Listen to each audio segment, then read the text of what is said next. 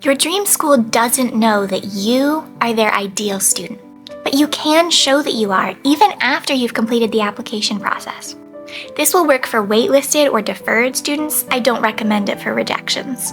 This step is 1 page long maximum, takes no more than 3 hours, and will show the admissions committee your competence and good fit for the school with no extra cost. I'm Hillary, Division Supervisor at Vanguard College Prep.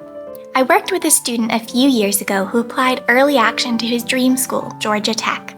Alex worked incredibly hard on his essays, only to be deferred. Understandably, Alex was upset. He had worked himself to burnout just to continue waiting until the admissions committee had examined the regular decision applicants.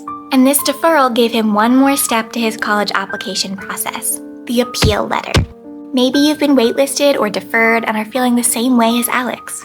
Maybe you're just beginning the application process. Either way, I'll show you how to write an appeal letter that gives you your best chance of making it off the waitlist and into your dream school. Alex and I sat down together and discussed his scholarly updates and accomplishments that had happened in the months since he had applied to Georgia Tech. I want you to do the same thing. Pull out a piece of paper, think of 3 updates or accomplishments, and ask yourself these questions. What is the update? Why is it important? And how does it illustrate one of the school's core values? You can find the school's core values on their website through some dedicated clicking around. Let me know if you want a video on how to properly research a university. Once you have your 3 updates, you'll put the appeal letter together like this. First, find the names of the admissions office employees or deans to address the letter correctly. You want to address it directly to your admissions officer if you have one. Thank them for giving you an opportunity to be considered for the regular applicant pool or be on the waitlist. Then you'll express your continued interest in the school. Fourth, you will talk about those updates and accomplishments you just thought about.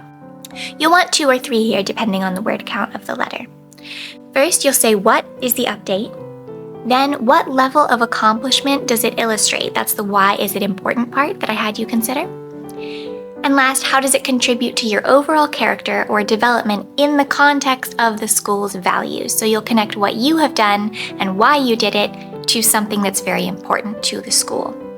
Fifth, you'll say something personal or humanizing about how going to that school fits into your personal journey. And last, you'll say thank you, you'll express gratitude for their time and attention, and use a polite sign-off.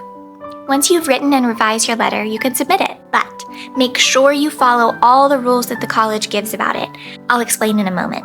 While Georgia Tech found out that Alex was their ideal student, I can't guarantee that this will work, especially for top schools. College admissions is a competitive process, and I don't want to give false hope.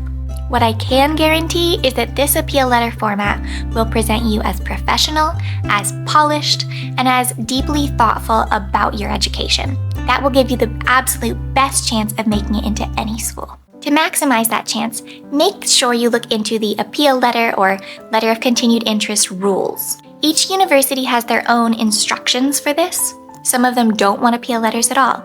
Some of them want appeal letters with a very small word count or a very large word count.